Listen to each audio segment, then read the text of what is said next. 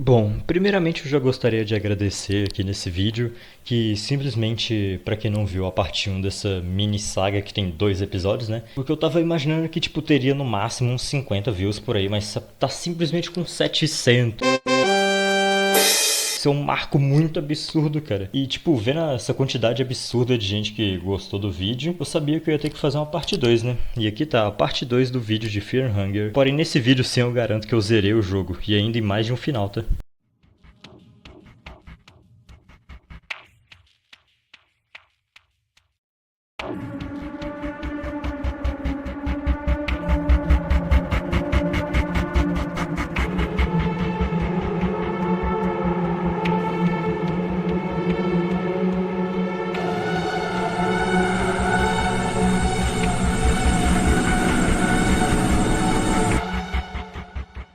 Eu não sei se você lembra, mas do jeito que eu acabei o primeiro vídeo, eu tava com infecção no braço e na perna da Darcy. E como eu não tinha nenhuma outra opção, eu fui atrás de fazer um casamento de sangue. Casamento de sangue é um ritual pra deusa Sylvan, deusa do amor, onde dois personagens escolhidos fazem coito e se tornam um só, porém bem mais forte. E tem sexo nesse jogo. E como eu tinha mudado de aparência, mas não de costume, já fui logo emboscado por um desses guarda de elite aí. Mas eu só fugi, não queria ser comido vivo ainda. Eu tinha passado antes sobre uma porta bem difícil de quebrar. E como eu tava meio sem ideia, decidi quebrar ela, porque na verdade não era tão difícil, eu só achei que era difícil mesmo. Pra ver o que dava e só dei uma serrinha fraca e alguns fantasmas aparecendo na área, mas nada difícil de fugir. E como eu tinha matado o Crow Mauler no vídeo anterior, essa área de salvar o jogo tava de boa pra salvar, sem ter que jogar uma moeda. E também vindo do Crow Mauler eu ganhei uma chave, que indo em uma porta específica perto do início do jogo, eu a abro e consigo uma das melhores espadas do jogo. Miasma, que inclusive fica gastando sua sanidade, se você tiver com pouca, você mata toda a sua equipe. Porém, isso não pode acontecer se tu der ela pra algo nascido de necromancia com tipo um esqueleto irado, ou pro Legard. Indo no nível 7, as catacumbas, eu chego nesse portão super irado que requer o cubo das profundezas pra passar. E imagina só, na parte 1 desse vídeo eu consigo ele. Então eu vou pra tumba dos deuses, que tem até alguns puzzles ali e aqui, mas não é pra fazer agora, eu nem posso, eles estão todos quebrados. E seguindo adiante eu sou envenenado pelo inimigo aleatório, mas isso não importa, o que importa é a quantidade enorme de tempo que eu fico com essa merda desse veneno, sem perceber que eu tinha um item White Vial que literalmente cura o veneno. Eu não, por muito tempo eu não percebi que eu tinha esse item e fiquei muito tempo envenenado. Depois disso eu chego num lugar super foda chamado Cidade Anciã, uma cidade bem grande com uma caralhada de coisa pra fazer, como conversar com esse porteiro grandão aí que fala pra eu conseguir 3 almas de 3 novos deuses, que no caso são Nilvan com a alma sem fim, Chambara com a alma do atormentado e Valteio com a alma do iluminado. Seguindo à frente eu encontro esse monstro levando essa mulher e eu decido ajudar ela, né? Eu mato o bicho bem tranquilo assim, tipo de boaça. E eu ajudo ela e meio que eu não lembrava de uma coisa. Quando eu ajudo ela, eu simplesmente volto lá pra casa do caralho. E eu tenho que voltar tudo andando. Mas que saco. Voltando onde eu ajudei a mulher, eu continuo e chego numa torre super fodona que literalmente dá pra salvar completamente de graça. Se você não viu errado, dá pra salvar o jogo de graça. Porém tem um truque, né? Se dormir no passado, tem que passar por uns negócios extra. E sim, tem um sistema muito foda que é adicionado nessa parte do jogo que toda vez que tu clicar nesses bagulho bizarro, tu vai pro passado. Ou volta pro presente, né? Isso é indicado pela iluminação do local e por essa música fodástica.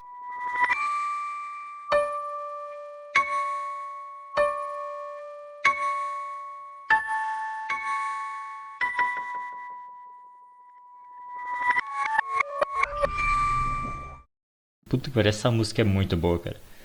E lembra que eu tinha falado de salvar o jogo no passado? Então, eu fiz isso e comecei a dormir. Fui levado para tipo o mundo dos sonhos e lá conta sobre a história de cada um dos personagens principais. Como Kahara, que engravidou uma mulher da noite e vai atrás de trabalhos para bancar ela e o filho. Então, vendo que o resgate de um homem chamado Legard estava muito recompensador, ele vai fundo atrás da recompensa disso. E é claro, né, o Legard estava nas masmorras de Fear and Hunger. O Enki que ia ser sacrificado por sua própria vontade em nome de Almer, pois ele acreditava que não tinha mais nada o que aprender, mas logo ele, antes de ser sacrificado, ele tem visões que indicam a ele a ir para as masmorras. Então, mais um personagem que vai para as masmorras de Fienhanger. O Ragvald, que teve seu povo morto por Legard e seus seguidores. O Legard matou eles para conseguir o Cubo das Profundezas, que era propriedade do pessoal do Ragvald. E agora o Ragvald promete pegar o Cubo de volta e se vingar do Legard. Principalmente após saber que ele foi pego nas masmorras de Fienhanger. A Darcy Ares sempre foi seguidora do Legard. E é claro, né, não é apenas por lealdade, mas também por amor. Então depois de ver que ele foi capturado nas masmorras de Fienhanger, ela não teria muito pra onde ir a não ser ir atrás, né? O Legard, ele é um caso complicado. O cara se considera como um digno de algo maior e que ele é único. E com essa vantagem dele, ele poderia melhorar o mundo. Como se ele se tornasse um governador mundial, controlando e moldando o mundo para salvar o conceito da humanidade. Não a humanidade em si, porque ele considera que sacrifícios são necessários. Mas antes de ver a Darcy e o Legard, eu tenho que enfrentar essa senhora que de primeira mão parece bem fraca, mas é mesmo. Até o próximo turno que ela se torna essa porra aí. Mas é claro, eu sabia o que eu tava fazendo, né? E eu elimino ela só perdendo metade da minha vida. Depois disso eu encontro a Nilvan, uma dos novos deuses, e ela me dá sua alma, com a condição de eu levar sua filha até o coração das profundezas. Uma coisa que me deixou meio confuso de primeiro, mas só aceitei, né, e deu fora. Agora nós temos a alma de um dos novos deuses, a alma sem fim. Falta apenas duas, né? Tiambar e Valteio, me esperem. Estando em Mahabre, podendo ir pro passado ou presente, eu simplesmente estava perdido, não lembrava para onde ir. Só fiquei caminhando por aí até achar algo, e eu achei, né, esse monstro aí, e esse outro cara, que inclusive faz parte do grupo do Buckman. Porém ele já tinha perdido a sanidade, então só matei ele. Ele dropa coisas boas. Eu não sei como que eu poderia voltar a sanidade dele, mas já tá morto, né? Depois disso eu imaginei que seria bom ter mais alguém na party pra ficar no lugar que a Darcy tava, né? Então eu imaginei, tipo, de todos os NPC que eu poderia colocar na minha party, nenhum eu poderia mais, já que já tinha passado muito tempo e eu tinha feito algumas escolhas erradas, achando que eu não ia perder ninguém da minha party. Então eu lembro de uma garota presa em uma jaula, lá perto do início do jogo, que é tão fraca que eu quase nem cheguei a citar ela.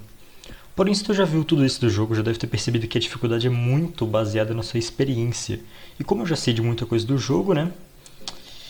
Já ter pesquisado e até mesmo zerado antes, tudo parece muito mais fácil. Coisa que não vai acontecer quando eu jogar o Fienhanger 2. Já que lá eu não sei de nada e eu também não vou pesquisar.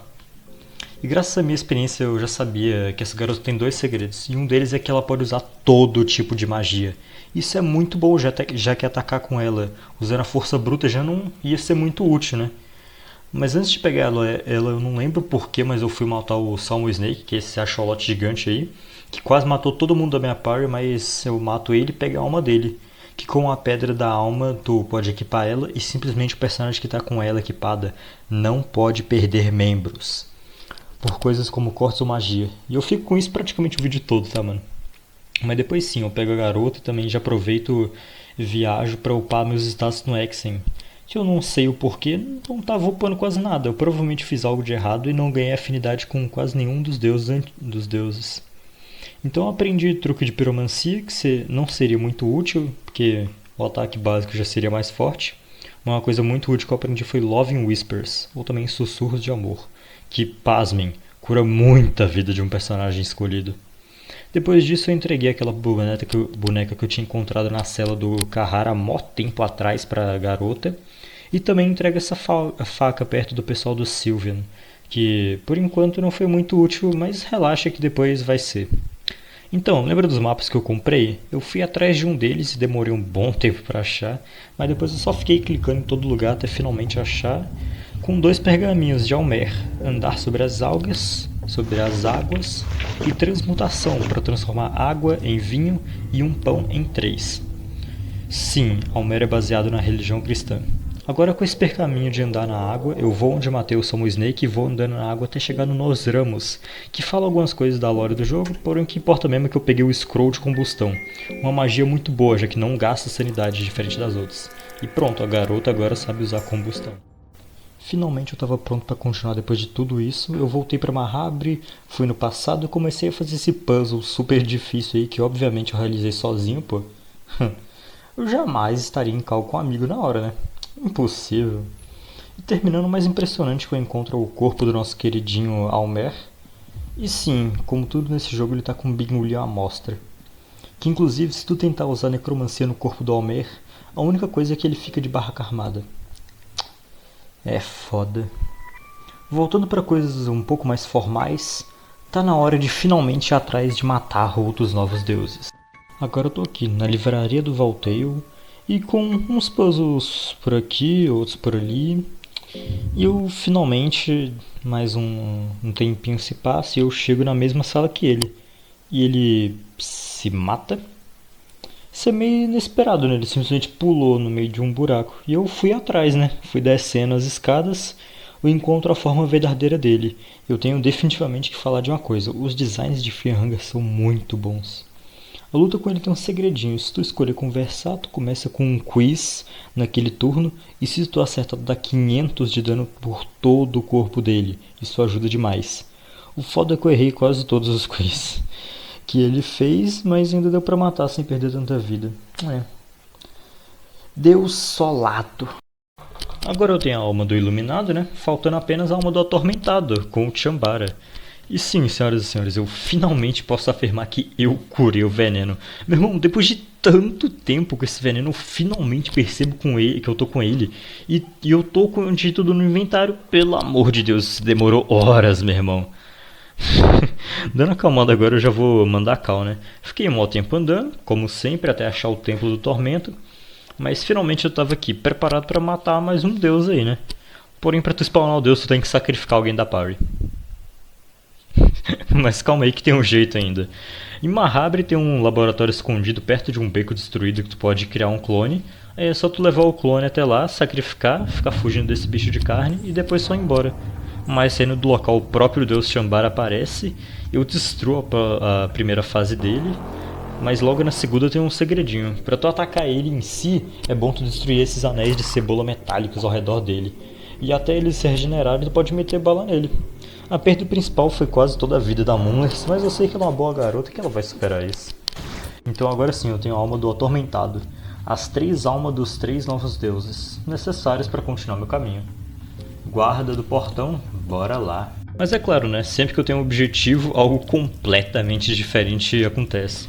E o da vez foi que eu fui atacado sem ter chance nenhuma de fugir para esse bicho aí chamado de Anjo Branco. Que de primeira mão achei que ele não ia dar nada de bom. Porém, né? Absorvendo a alma dele, eu percebo que puta que pariu, isso é muito forte. Ela percebe que um personagem equipado com ela tenha 2 turnos de ataque ao invés de 1. Isso é muito forte, meu irmão. Então eu entreguei isso pra garota, já que a magia dela é bem forte. E eu também queria continuar com a alma do Somo Snake, pra ter certeza que eu não perderia nenhum membro, né? E agora sim, eu chego no guarda e converso com ele e ele pede pra eu matar ele, já que ele queria morrer de uma forma digna, né? Morrendo pra alguém digno. E não tinha ninguém melhor do que eu, né? Que tinha acabado de matar 3 deuses, meu filho. Então inicia uma luta com um final bem previsível, né? O pessoal da equipe toda quase sem nenhum machucado, tirando a Moonless, né? Porra, coitada. Toda a luta tá quebrando todos os ossos aí. Mas sim, com a morte dele eu tava mais perto do que nunca de zerar o jogo. Agora entrando no Templo Dourado, eu pego uma chave lá dentro e saio de lá porque eu descobri que eu tinha que ir no passado, mas pra ir pro passado eu precisava dessa chave. E saindo do local eu encontro o Pocket Cat pela segunda vez. E eu nem vou aprofundar muito sobre ele, e nem aprofundei muito, acho que eu nem cheguei a citar ele no vídeo até agora. Porque ele é ele é um pedo. E ele tenta me ameaçar assim pra pegar a criança, já que eu não tinha dado pra ela nem agora e nem antes. E tipo, ele só fica de boa, tipo, ah, foda-se, você não vai me dar mesmo, então, eu nem ameaçando. Ele começa a olhar pra cima e falar sozinho, isso é uma coisa que é baseada no deus dele, que é o deus da trapaça, que eu não vou ter muita ideia do que te explicar agora. Mas ignorando essa parte, eu salvo o jogo, volto no templo, agora no passado. E o templo não é um lugar muito difícil de se passar, tem algumas armadilhas de fogo, mas nada complicado, é só esperar o tempo certo. Complicado mesmo que dentro desse lugar fica um trono despertar, que é literalmente um trono que permite alguém se tornar um deus. Inclusive eu ainda tenho uma porrada de coisa para explicar sobre isso, então não tem momento melhor. O mundo de Fearhunger começou com apenas deuses, chamados os deuses antigos, eles que criaram e desenvolveram o próprio mundo. Porém, com o tempo, eles acabaram abandonando a própria humanidade. Uma história que acontece um bom tempo depois dessa é um homem chamado Almer que sofreu muito em sua vida e é sacrificado e vira um centro de fé, sendo o deus mais conhecido e também a partir dele que é criada a contagem de passagem dos anos com seu nascimento, sendo seu nascimento considerado o ano zero. Lá pelo ano 100 a 600 já tinha se tornado muito comum religiões, muitas religiões estavam sendo criadas, porém pela quantidade que estavam sendo criadas acabaram sendo corrompidas e levadas para caminhos muito ruins.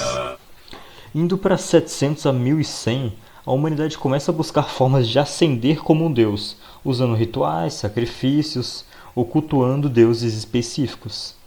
Lá para 1200 a 1300 começa a construção das masmorras de Fienhanger, um lugar usado para testar a ascensão divina. Então, um mortal que senta em um trono do despertar é levado para o vazio, e lá ele pode tanto se tornar um deus ou se tornar uma criatura amaldiçoada, com um poder equivalente a de um deus, porém sem poder fazer nada. O objetivo da humanidade em um total era superar os deuses antigos, que eram medidos como tendo uma força insuperável, coisa que eles estavam tentando superar, mas nunca conseguiam. Uma história que se repete em ciclos sem nunca ter um fim. E finalmente, chegando em 1500, a história do jogo se inicia, onde você, o personagem, entra nas masmorras e a partir daí, de diferentes escolhas, tem diferentes finais. Porém, só alguns deles são canônicos com a história e tem algum relacionamento com o segundo jogo. E lembra do Trono do Despertar que eu tinha falado? O nosso próximo boss está nos aguardando nele, impedindo que nós possamos sentar nele. Coisa que eu não faria, afinal o poder levou todo mundo para perder a sanidade até agora. Então por que seria diferente comigo? Então François, um novo deus que não tem um exato sentido como iluminado ou atormentado, ele só era muito ganancioso em seu tempo de rei e continuou com isso, agora não deixando ninguém sentar no trono. Então se inicia mais uma luta que, olha só, tem mais um truque. Se tu conversar com ele, falar mal dele, falar que ele está sendo usado de fantoche pro grande esquema das coisas, e não responder por quem que ele está sendo usado, ele fica tipo 2 turnos sem te atacar, só perguntando, tá ligado? E tu pode ficar repetindo isso na luta. Uma dica também nessa luta é não mirar na cabeça e sim arrancar os outros membros, já que a cabeça dele tem quase vida infinita. E arrancando todos os membros e dando dano suficiente, ele entra na fase 2, onde o truque não funciona mais e agora sim ele está bem mais forte. Mas é claro, meu irmão, eu tava preparado demais, preparado para tipo mais uns 3 desses que eu matava de boa, mano. E matando ele eu consigo a alma da dominação. Ali na frente estava o trono de despertar, porém, de repente o Legard avança e fica na frente dela e revela que nunca teve amnésia e que deixou ser capturado apenas para chegar no trono e se tornar um deus, para mudar e melhorar a situação do mundo.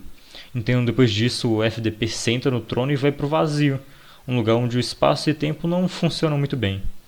Sabendo que poder demais poderia deixar ele muito paia, né? Eu vou atrás dele para parar o plano dele, então o resto da party senta no trono também. Senhoras e senhores, estamos no vazio. Agora aqui o meu objetivo era encontrar o pessoal do grupo de novo e partir para cima do Legard. Lembrando de tentar ao máximo não entrar em combate com esses novos deuses aí que tinham dado errado. E eu dei uma boa demorada. Eu demorei tanto que eu comecei a escutar alguns barulhos de passo e eu não fui atrás de me esconder. E eu sou emboscado por um deus dinossauro de carne banguela. Isso é muito irado. Mas que pena que eu fui esbagaçado por ele e tive que voltar no save. Uma coisa que eu tenho que dizer é que no vídeo tá parecendo que eu quase não tô morrendo direito, mas na gravação em si eu tenho certeza que eu morri um tantinho bom, viu? Principalmente de formas idiotas, mas lembrando que eu tinha passado de primeiro no François, pelas próximas 2 eu talvez tenha sido humilhado por ele. Até ajeitar a postura e começar a jogar sério, né? Que esse novo deus Legard, agora conhecido como Rei Amarelo, me espere. Voltando pela terceira vez no vazio, vou logo atrás do pessoal da party e encontro a Munlas e a criança perto de um deus pterodátilo bebê de carne. Mas eu decido deixar aquele bebezinho ali no chão mesmo, pegar a party e já ir pra cima do Legard, com a party cheia. No caso com um espaço aí que era pra ser do Legard, mas o cara é ganancioso demais. Chegando nele, ele de primeira tá muito confuso e pergunta quantas centenas de anos se passaram desde que ele veio pra cá. E depois começa com um discurso básico de vilão e pergunta se eu me ajoelho pra ele. E é claro que eu respondi que não, né? A batalha É difícil, viu? E já começou tirando toda a minha esperança com um Black Orb, que é uma das magias mais fortes do jogo, arrancando quase toda a minha vida. E depois no próximo turno eu cheguei a ficar com 3 de vida, meu irmão. Mas eu fiquei só usando cura e deixei o resto da party pra meter sarrafo nele. Eu destruí uma cobra que tinha nele e ele começou a spawnar asteriscos flutuantes que eu não tinha a mínima ideia do que fazer contra, mas eu segui atacando e curando minha vida até chegar em uma jogada de moeda que poderia determinar tudo nessa luta. E então eu consigo.